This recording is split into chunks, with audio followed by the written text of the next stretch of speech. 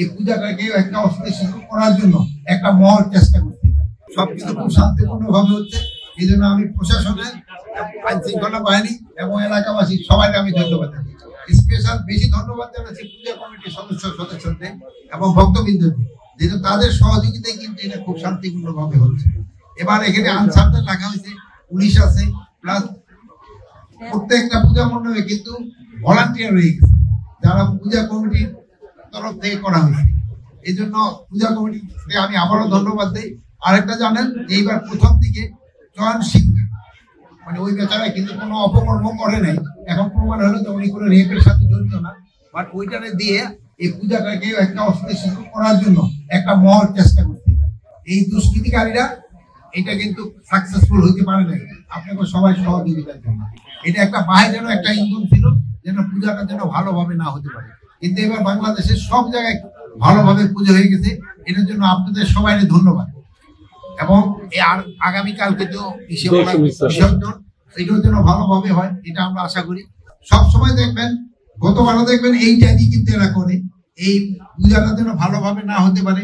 তারপরে তাদের একটা বৌদ্ধদের একটা বিধি উৎসব আছে, ওটাও যেন ভালোভাবে না হতে পারে। এই জন্য পার্শ্ববর্তী দেশের সহযোগিতায় আমাদের কিছু সন্ত্রাসী যারা আছে এইটা করতে থাকে। ওটা তো ওরা আসলেই জানতে পারবে, তাই না? শোনো, টাকা তো চাইছে, 10,000 টাকার শর্ট আছে, বুঝছো? কত টাকার শর্ট পড়ছে সেটা বল। 10,000 টাকাই শর্ট আছে। আচ্ছা, সেটা মাথা ছুঁয়ে বলো। মাথা কি হলো? চুপ করে আসছো কেন?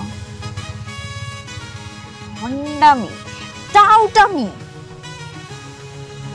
জায়গা পাও না তুমি? তুমি কি জীবনে ভালো হবে না? শোনো, ভন্ড আর টাউট বলবা না, আমার ইগোতে লাগে।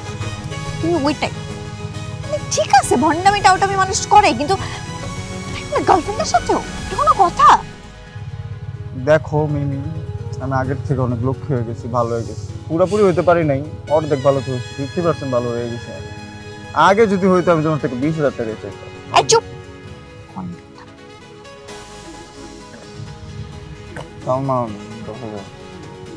ঠিকভাবে বলো, কত টাকা শর্ট পড়ছে?